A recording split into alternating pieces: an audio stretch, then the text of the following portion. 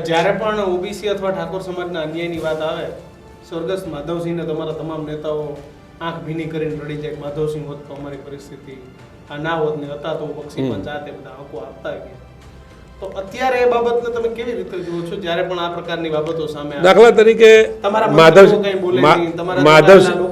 માધવસિંહ સોલંકી આ રાજના જ્યારે મુખ્યમંત્રી હતા, તમે બુકશો વાંચો, બુકશો ભલે મુખ્યમંત્રી હોવા છતાંય જ્યારે જ્યારે સમાજની કોઈ પણ વાત આવે ત્યારે સત્તા પક્ષના ધારાસભ્યો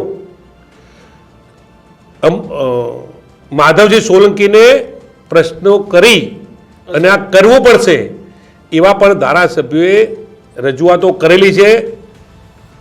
એ રજૂઆતો સાંભળી અને માધવસિંહ સોલંકીએ અમલમાં મૂકેલી છે, કહેલું છે. ભલે મારા ધ્યાનમાં નથી પણ તમારી વાત સાચી છે.